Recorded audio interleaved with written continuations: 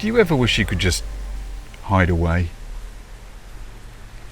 Hard to imagine at the moment, isn't it? Hiding away? Who'd want to be hiding right now? Apart from everyone. I mean, even the people who think they're gaming all this are spending billions on bunkers, so go figure.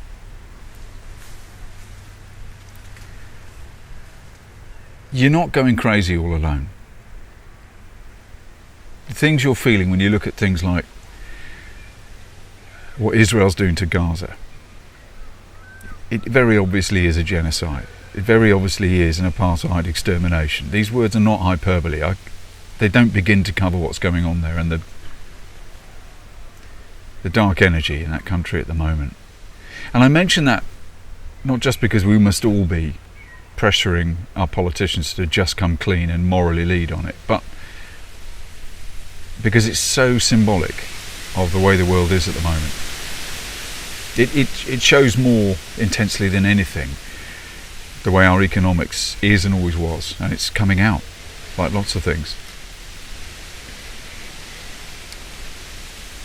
This is a place I've not been in for probably 45 years.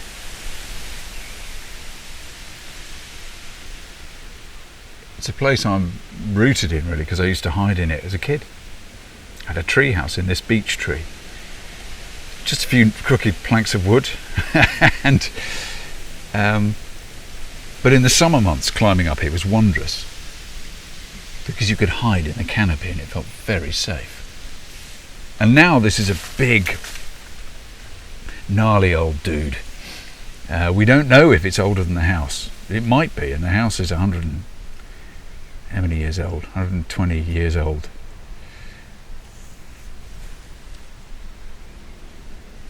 Got a memory of a birthday party in about 1978 with loads of kids stuck up in different heights of the tree. Girls in maxi dresses going, "How do I get down now exactly?" Oh, I love this thing. It's quite strange to be here, and I also have no idea how I'm getting down again. But I'm up here because I had a dream. Go on. Now, I can't emphasise enough just how administrative and dull my dreams are. Honestly. I don't know whether my brain thinks, look, you talk about cosmic shit enough during the day. At night, we're gonna like do your laundry. But I had a dream about a week ago, and I want to share it because I think it's a useful image. It was set very close to here, the nearest sort of shopping parade to where I grew up, but public. But being, a dream space, it wasn't factually correct. Along one side of this big road that's actually quiet, it's a very quiet part of town, but it's a big sweeping sort of road, and on one side in the dream the houses were in fact trees. It was a woodland. And I was walking there, and I think I was with Caroline. And in the dappled sunshine under all the trees' leaves, I was thinking of the phrase, the great invitation. And in the dream, a load of the trees just slid down and sideways and rolled over on their sides to reveal that all the way down the length of their trunks, they were in fact flattened and sort of treated like oiled. And they slid from standing to lying and rolled over and revealed these flat tops, like a lattice work of tables, still within the sort of canopy and counsel of these other standing trees. And it felt like a kind of village fete with lots of trestle tables all laid out and a feast coming on. And this phrase, the great invitation, what I felt strongly was the trees were inviting the world to sit down at them, and for us to sit down across each other quietly and look each other in the eye, and across the divides of our societies very deliberately. It's time for us to sit down and be with each other and try not to bring anything Just sit and be prepared to listen.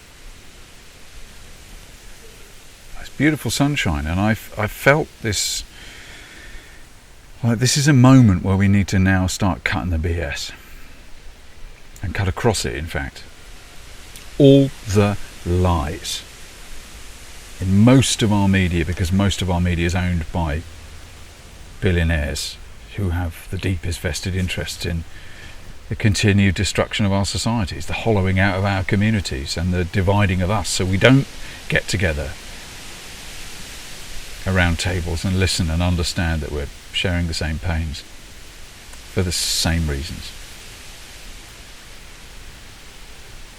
The problem with getting too rich is you get disconnected from context, from the living context of nature and society and, relationship, generally. I saw someone say, hope is the warrior move now. I rather like that. Now I'm more interested in the alchemy and magic and theatre of how we flip the story in our head that we think we're in.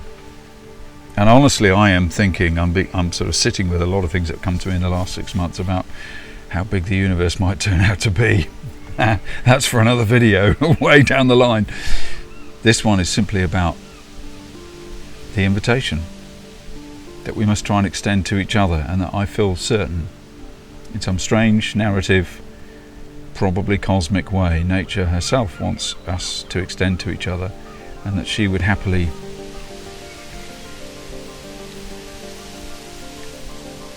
grow into us if we just get into her rather more. How are we going to do that? How do we extend the great invitation to each other? How can nature help us do that? You're not crazy. Listen to what your heart instinct's telling you, man. I don't know, it's a bit Lord of the Rings, the Council of Elrond or something, but how could we do things like that? Where we don't see the political leaders and the flags and the colours, we see each other and get out of the bubbles that we're all in. And half need to be in for sanity and safety. And yet we need each other to safely mix with across those as well for our futures. I'm not advocating we all go and climb trees.